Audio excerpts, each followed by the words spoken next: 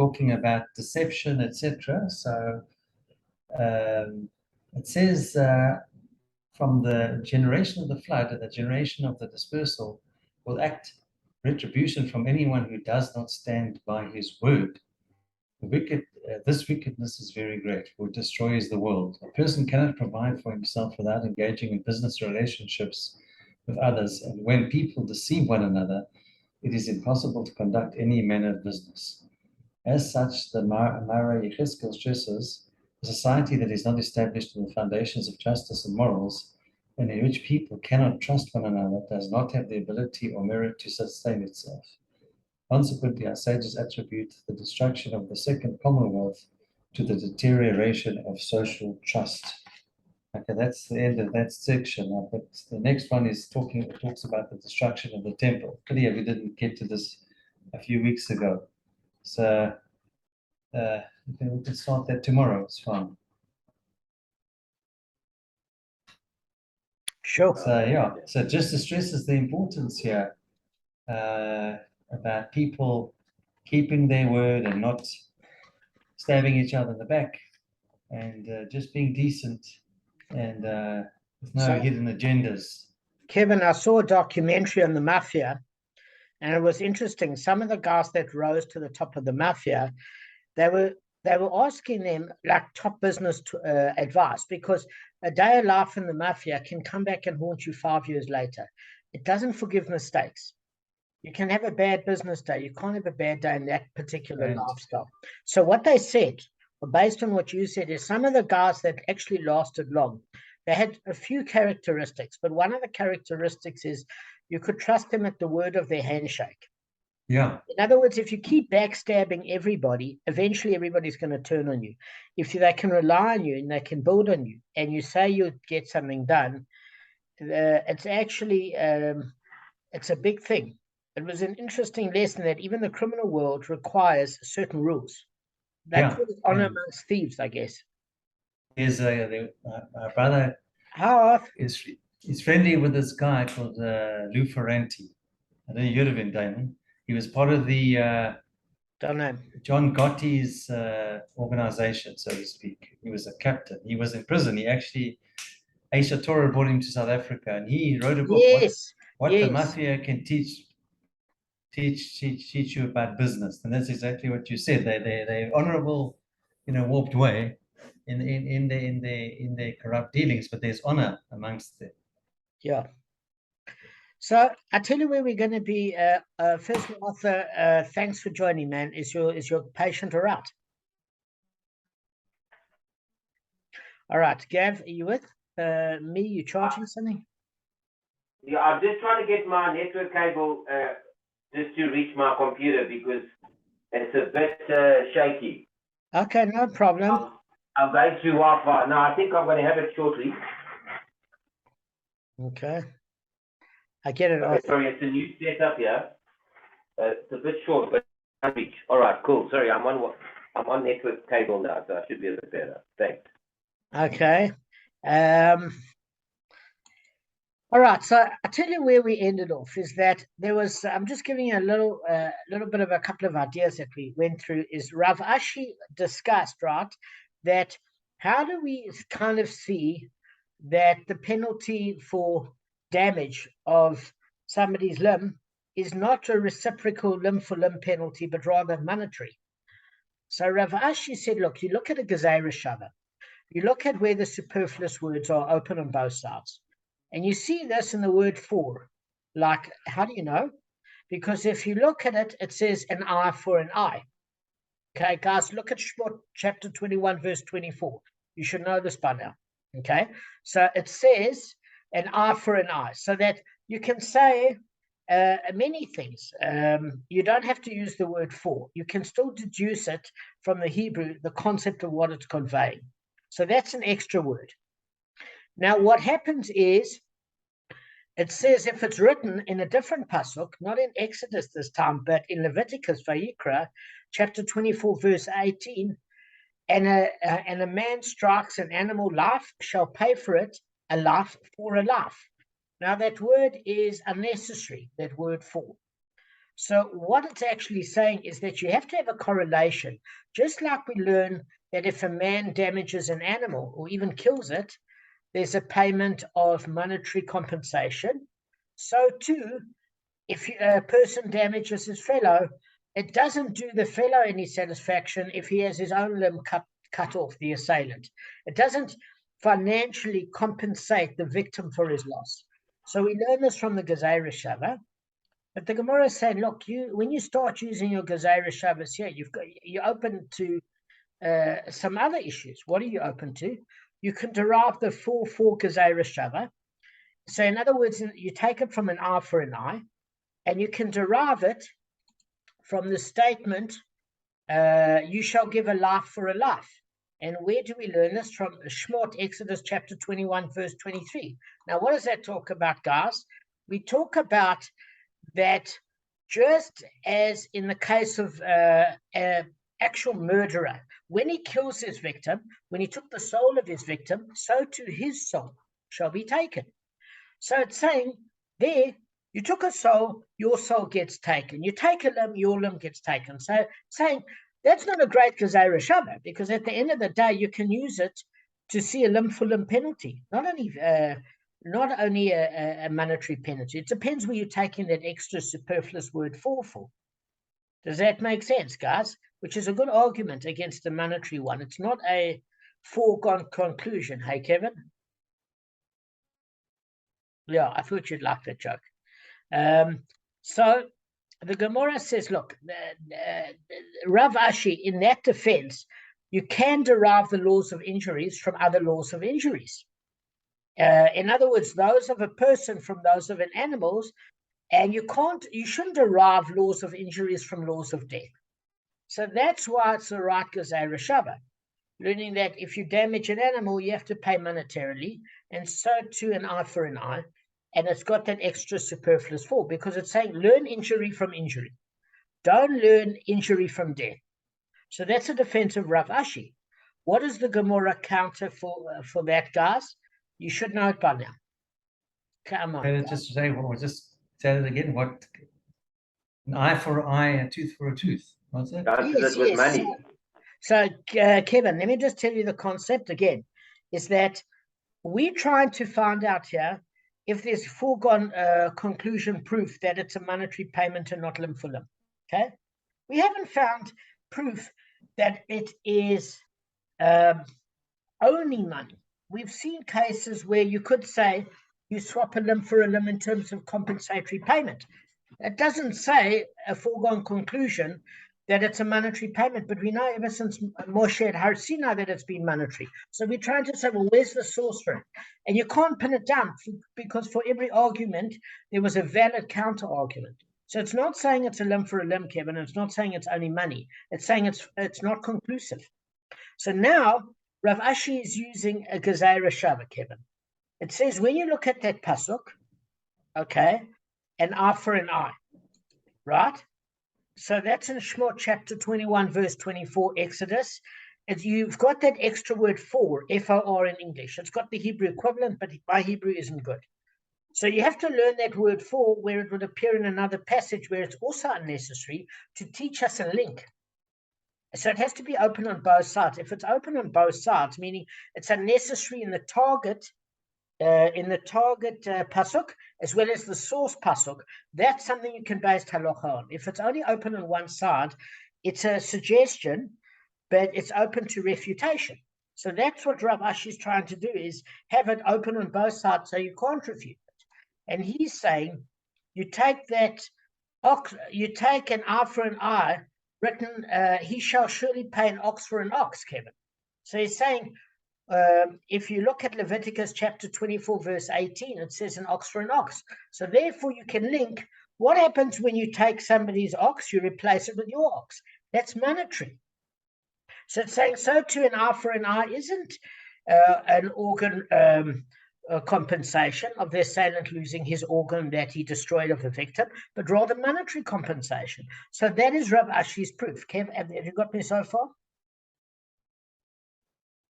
Guys, Kevin, have you got me? I can't hear you. You're on mute, what? There's a lot of noise around up there. Rav No, no. Ashi's proof that it's not it's not Kevin, give it back to me, the argument so far. I want to see you with me. that there's no definitive proof that it actually means money. Is that what you're trying to? That's Okay, so I'm saying every proof that I've given you so far, at which they're trying to say it's monetary compensation, has been refuted, and not to say that it's not monetary compensation, but it's not conclusive. It could be a limb for a limb. So we're trying to say, well, how do we derive its monetary with conclusive proof? We haven't done it so far. It could be either money or a limb, and we're saying there's got to be one rule for all. We learned that. So we're saying you need something conclusive. So now, what is Rav Ashi coming to say, Kev? I want you to understand. No, you said an ox for an ox. Okay, but how does that relate to an eye for an eye? What's he trying to prove? Because you're replacing the ox. It's like for like. Yes, that's correct, which means just like if you damage an ox or kill it, just like if you damage somebody else's ox or kill it, you replace it with money, an ox for ox. It's a monetary compensation. Rav Ashi is saying you take the pasuk an eye for an eye, just like an ox for an ox. There's a superfluous word for in both pasukim, and that means it's a gezerah shava. So we learn from that, if you injure a person, you pay him back financially. That's Rav Ashi's proof with the gezerah shava. The retort to that is, why are you taking the pasuk like that? Why? Because you could also use that gezerah shava to say, you shall give a life for a life, meaning a murderer that kills somebody took somebody's soul, and therefore his soul is taken from him when he gets the death penalty.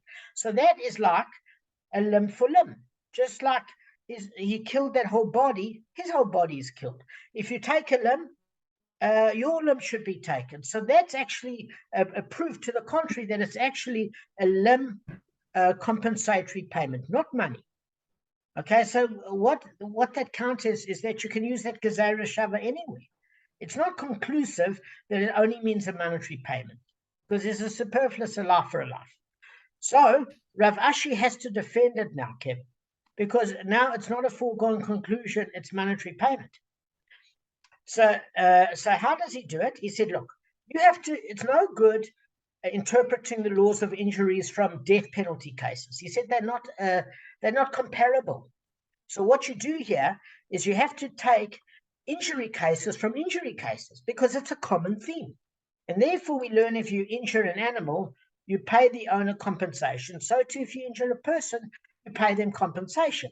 However, obviously there are other forms of compensation, like pain, healing, medical bills, humiliation, apart from the actual damage, loss of future earnings, etc., etc. But the principle is financial payment and not limb for limb. So he's saying that's why we derive it from the law of the ox for ox. So the Gemara says, no, but you can say the opposite, guys. You can say, no, why do we derive the laws of a person from the laws of an animal? Let us derive the laws of a person from the laws of a person, because it's common. What's the proof? Is that, guys, if I say to you, when you damage an animal, are there these extra 5 payments? In other words, nezek, actual payment, exactly. Tsar, pain. Shevet, recuperation and medical bills, humiliation. All of these sort of factors are additional what you pay if you injure your fellow man. So what the counter is to Rav Ashi is, how do you compare injuring an animal, at which you pay the owner just the actual damage, versus the potential loss of a human being here in terms of their functionality before? So you can't compare an animal to a human. So rather than compare cases within humans.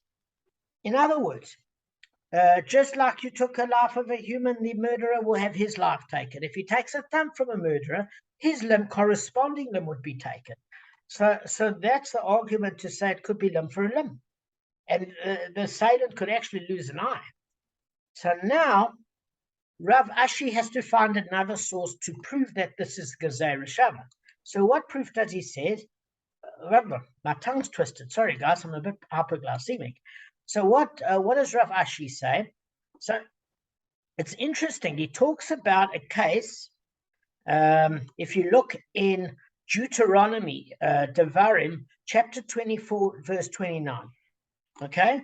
And it's talking about a case of a one who violates a virgin. Then the man shall give the father of the girl 50 silver shekels, for he had afflicted her. Because it could have said, as he afflicted her. So it used this Gezerah Shava 4 for 4. So just like an eye for an eye, here when he violates this girl, he for his damage that he does to her, he has to give a monetary compensation of 50 silver shekels. So therefore, this is the most practical argument, because you're deriving the law of a person to a person. Again, injury of a virgin, and the father gets 50 silver shekels as compensation.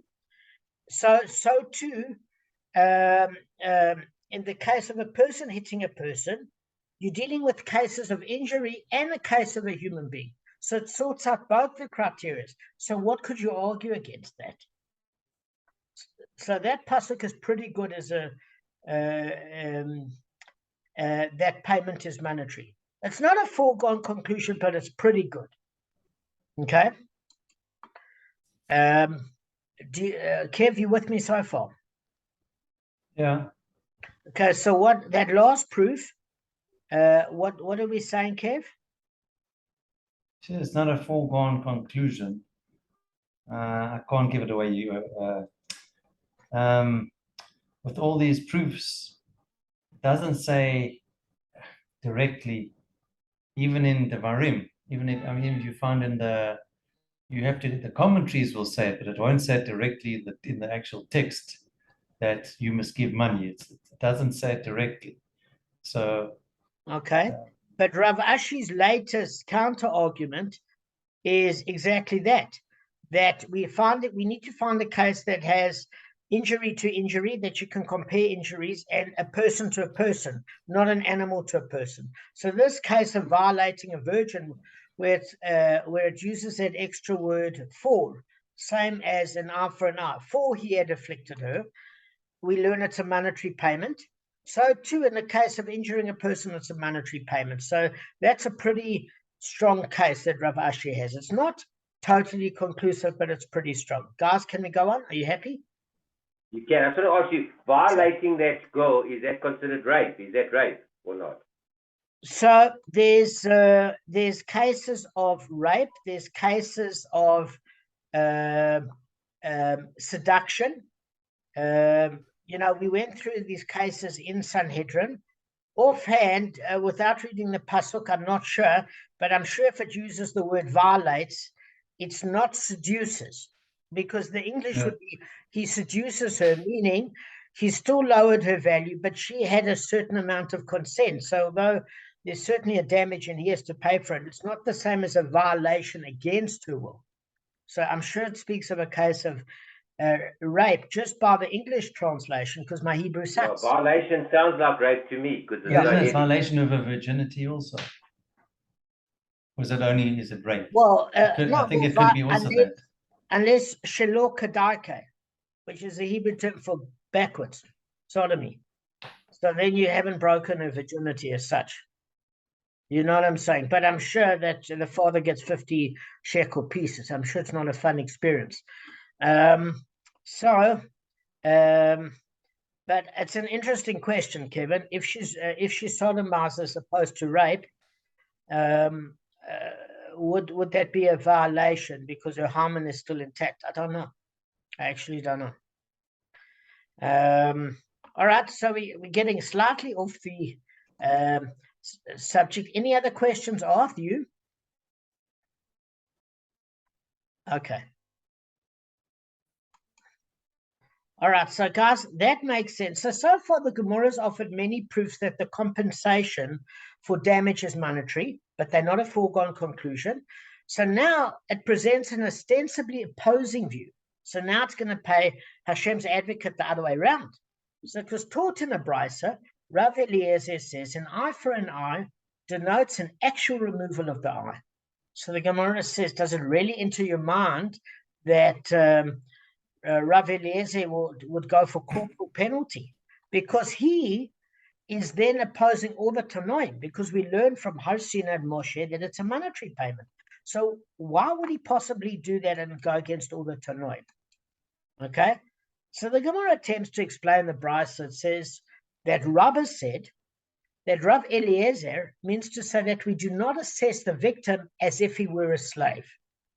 Okay, so what it's in other words, Rav Eliezer is stating that we assess the victim's actual value as a free man, not his value if he was sold as a slave on the market.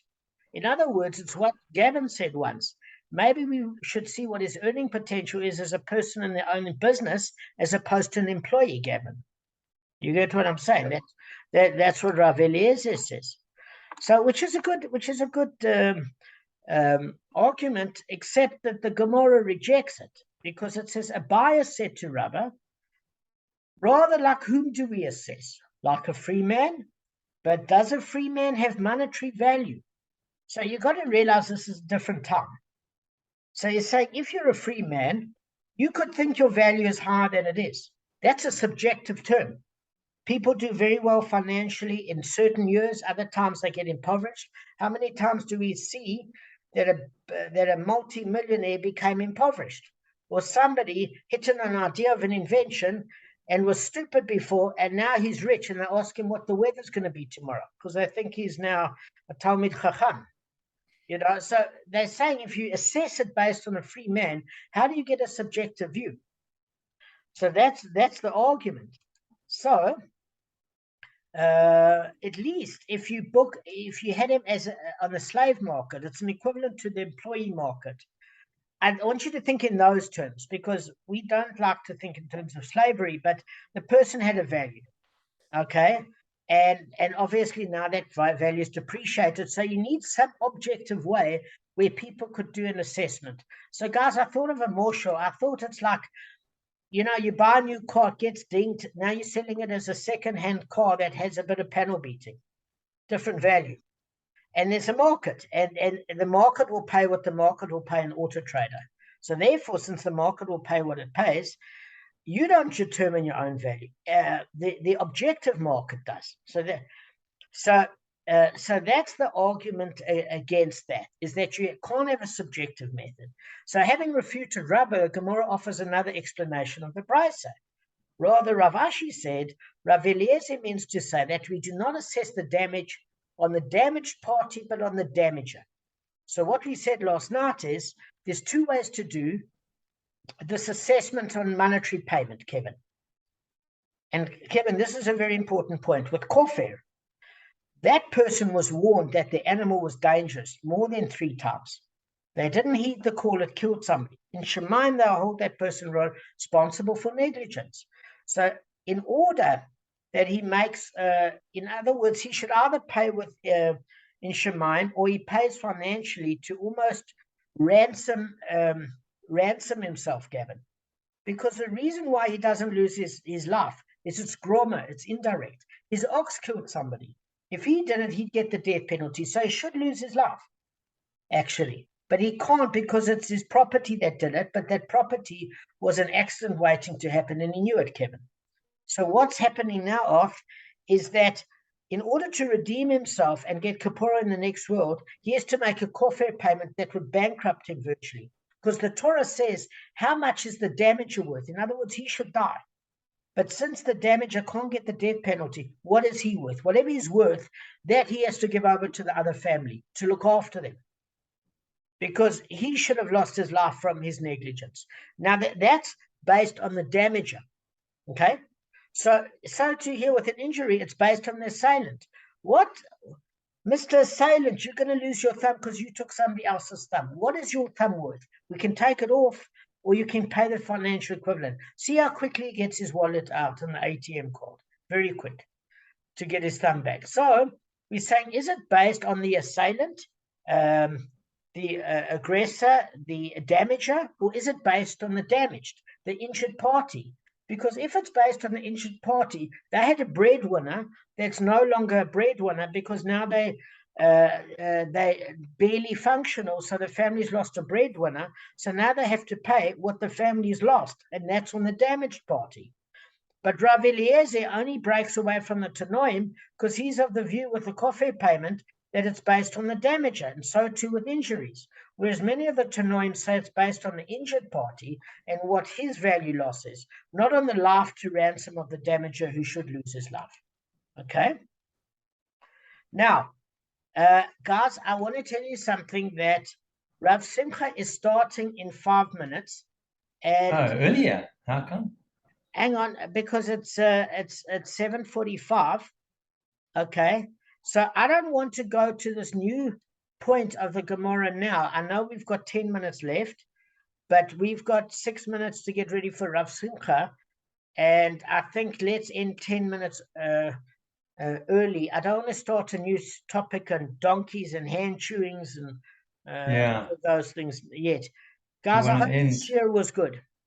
You want to end on a joyful note, Damon? Yeah, me too. I'll add to that. What? Yeah.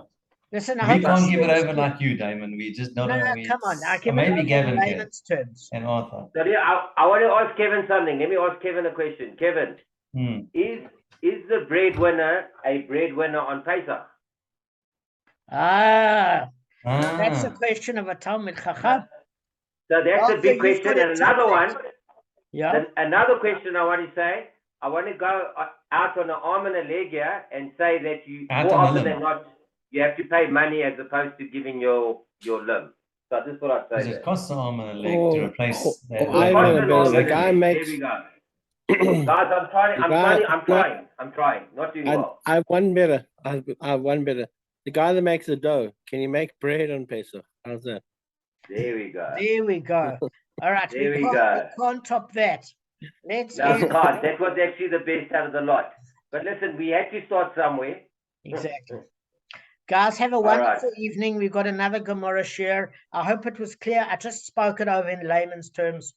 Issue clear but clear. All right. Thank you, Layman. Absolute layman, so I understood it. Thank you so much. Shot, guys.